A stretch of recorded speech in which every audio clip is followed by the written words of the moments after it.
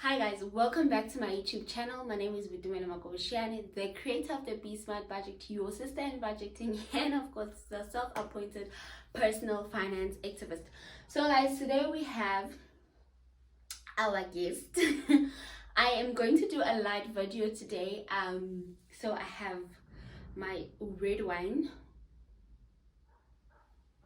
to lighten the mood. So I am doing a get to know me tag. I feel like it is long overdue. So let's get into it. So I've got some questions here.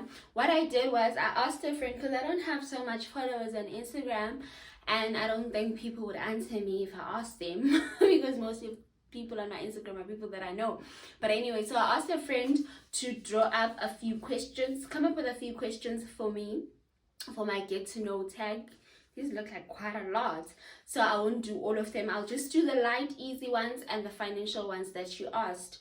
See, so I'll probably do 5 easy ones, 5 general ones, and 5 financial ones. I don't know, let's see, we'll see how it goes. But yeah, anyway, so question number 1 is, what is your favorite music? Guys, I'm always listening to gospel music, and it's probably because at church we were always advised and encouraged to listen to gospel music because it will keep us pure. It will help us with keep us out of the world in a sense, because the other music was an open door. That, not that it was demonic or evil, but it opened some doors. You know, obviously if you listen to music about sex, you're gonna get ideas about sex and all of that. Anyway, what was my first job? My first job ever, I was a waitress at Rockefeller's in Pietermaritzburg. That was my first ever job. And then my current job is, I am an administration manager slash financial manager at at a company. I don't want to mention the name, guys, but yeah, that's what I do. And then the best advice I've ever gotten. The other question says, what is the best advice you've ever gotten? So the best advice I've ever gotten was to always stay true to myself and to always be authentic to who I am, and always remember where I come from. And this was always from my mom. She would always tell us to remember exactly where you come from, no matter where you go in life, no matter what kind of people you find yourself rubbing shoulders with. Always remember where you come from, because your background and their background is not the same. Not that it brings some superiority or what, you know, but inferiority, but just the fact that you need to always remember where you're coming from. No matter what you're doing, always remember that I am coming from this place, and this kind of thing would affect me in this way, or I don't not. And then, what is the worst date you've ever been? Before my current boyfriend, I've never been on dates. I don't even want to lie. I've never been on dates, so I don't have a worst date, because with my current boyfriend, I always pick the places to go. And then, what's your favorite drink? My favorite drink is Fanta Orange. On cold days, on hot days, on sad days, on happy days, Fanta Orange is the drink for me. And then, what's the first financial book you read and who bought it for you? So this was a book lent to me by my brother. It's the Poor Dad Rich Dad book, financial book. That is the first ever book I read. But to be honest, guys, I didn't understand that book. I didn't understand what was happening in that book at that time. So I've always wanted to go back and read it. So I guess I'm going to have to buy it so that I can go back and read it. Maybe this time I'll understand it. So that's the first ever financial book that I read. But the other book, that financial book that I read that got to me, as I mentioned in one of my videos, is Your Thinking Keeping You Poor. That is the one financial book that changed my whole financial perspective. Okay, and then and yes, the second question, who bought it for you? It was not bought. My brother lent it to me. And then, would you date a guy that earns less than you? Well, guys, when it comes to money and relationships, I don't know whether ngidom or what? Because I feel like people are like, no, you should get your boyfriend to spoil you. Yes, I get spoiled, but I don't. It's not a big issue to me, but yes, I would definitely want someone to have money so that we are able to go on dates. Even though I would pay sometimes, but he must be able to take me out on dates. He must be able to live comfortably on his like his life, and not always be borrowing money from me, because the last thing I need, guys, is a man that borrows money from me. If you really need it, maybe we can make a plan, but yeah. So that is the other reasons why, because we know money ruins a lot of relationships. So I don't want a man that will leech off of me, of course. So I wouldn't date a man that earns less than me, and yeah, because that person will end up borrowing money from me, because you know, if they don't have enough or whatever. So definitely not. But when it comes to money in relationships, to me, I don't think it's a big deal that the guys gives you girlfriend allowance, or whatever you guys want to call it these days. I don't think it's a big deal when my boyfriend doesn't give me money or whatever, honestly. Yeah. So, but I wouldn't date a guy that earns less than me, because that guy is going to be my financial burden at the end of the day. And it's the truth. And I've dated someone, they were not earning less than me, they were bad with money. So now and again they'll borrow money from me to, you know, for their own addictions. Like they would want to buy alcohol, so they'll borrow money from me and all of that, and I never really got it back. So that is the other reason why. And then the other question is, what are your money dials? So money dials are things that you do not mind paying for, no matter how expensive they are. You do not mind. Guys, one thing I will pay for is convenience. I will pay for convenience at any given day, because I hate being inconvenienced. So one, it's convenience. The second thing is food. When it comes to food, I will buy the quality food that I think it's good enough for me. I will eat the takeaways or whatever that I feel that I want to eat. Like I don't compromise when it comes to food. Like you would see my food budget, my monthly, on my monthly budget, the money that is allocated to food is very high. It's very high. So yeah, it's food. And then the other thing is books. I love reading a lot, and I know people say, no, get an iBook or an ebook, sorry. I'm not comfortable with that. I want to smell the pages. I want the book to take me take me to a different world, or so that's why I say I'd rather buy books and read them rather than reading from ebooks. So that is one of my money biases. I would spend money on books any day. Any day you say books, I say okay, let's go. And then the other question is, if you had additional money or extra money, would you put that money in an investment or pay debt?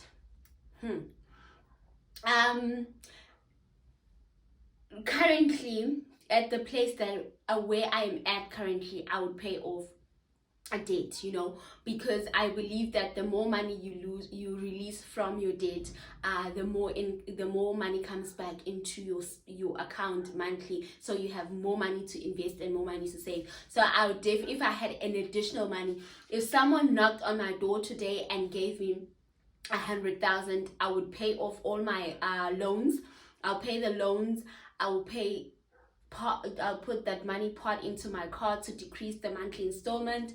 And yes, so that is where I would put my money. I would pay off debt first before I think of investing, because the more money that I am going to free by paying off my debt, I can take that money later on and invest, if you get me. And then the other question is, what is your biggest investment currently?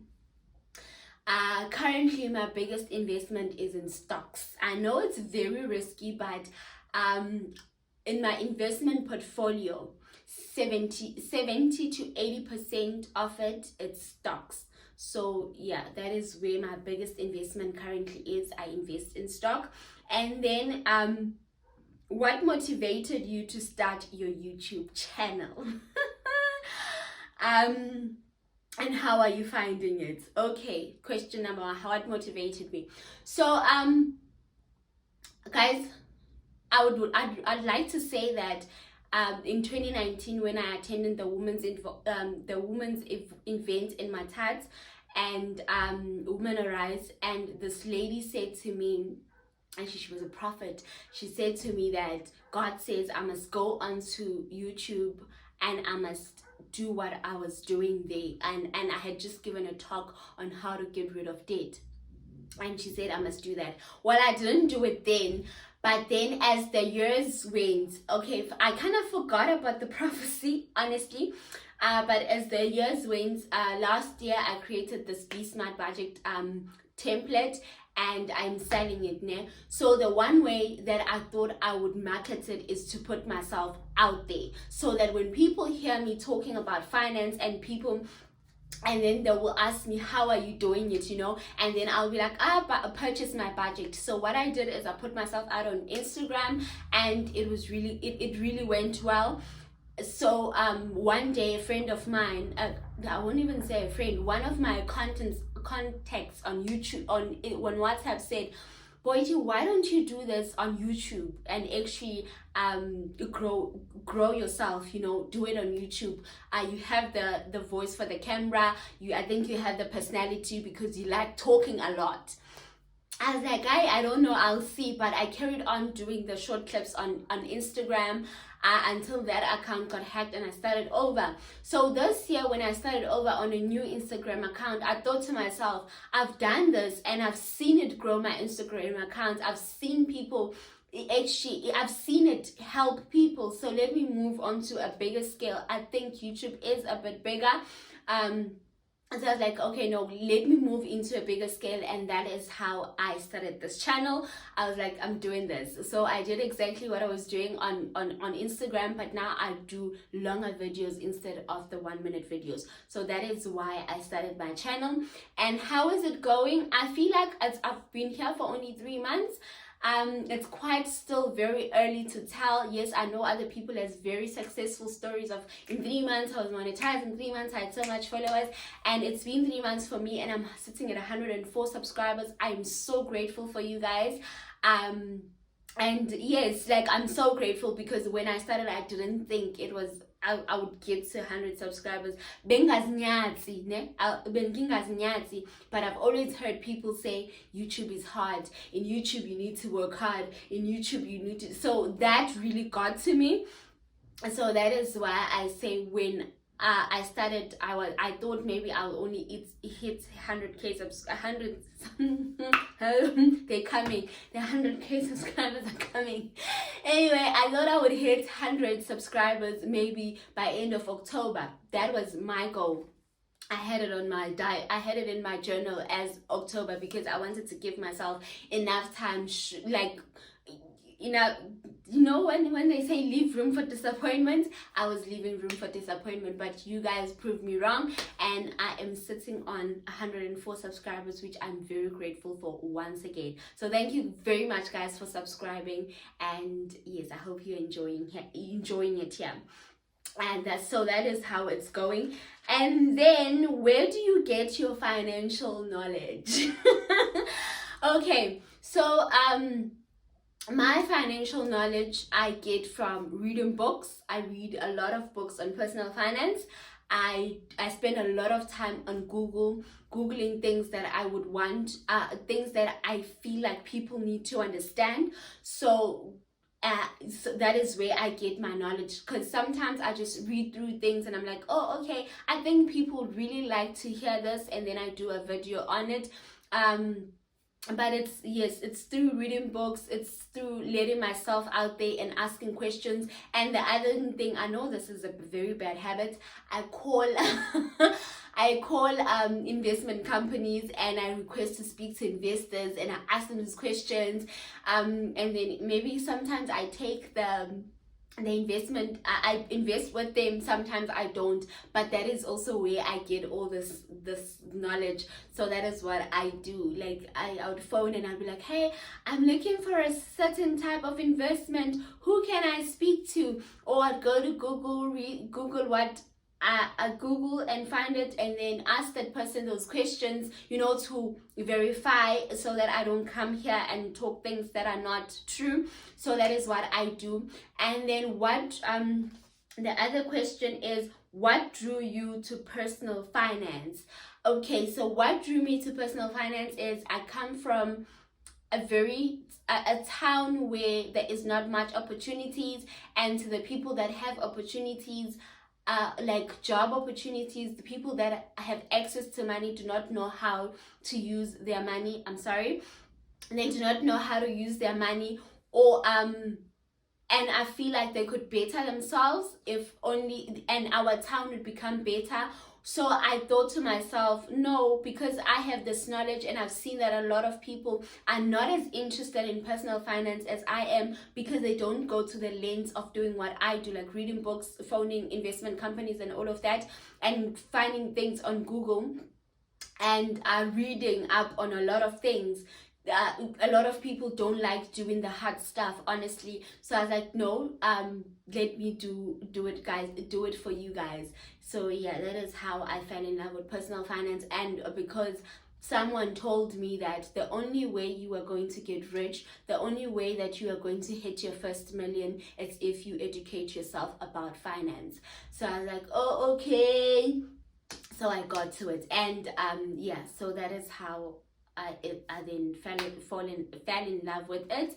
And then what is your life vision?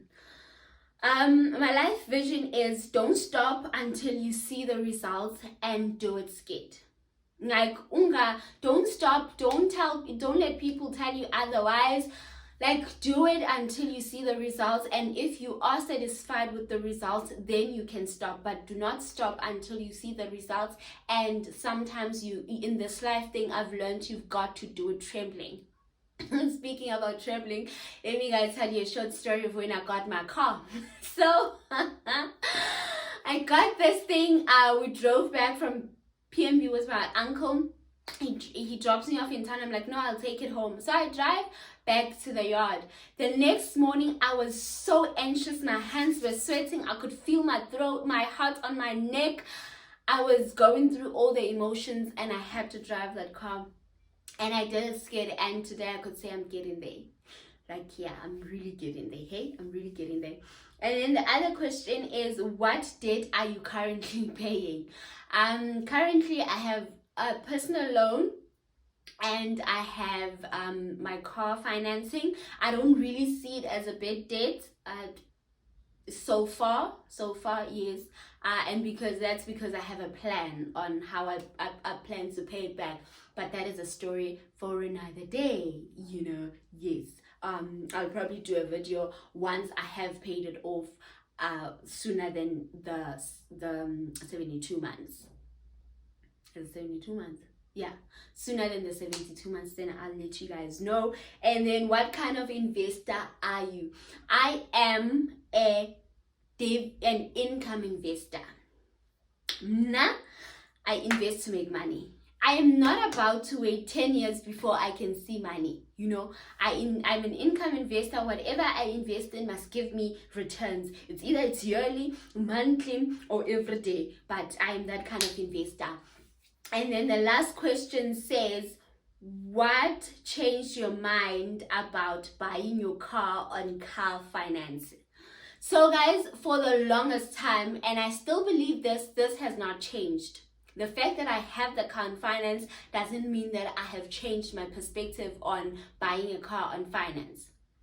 So why I could say why I actually bought my car on finance is because I realized that I wanted a car, and because of the economy that we live in and how it's structured in South Africa, and all those things that are happening, I figured that it is very hard in South Africa to afford a car cash. It is very hard.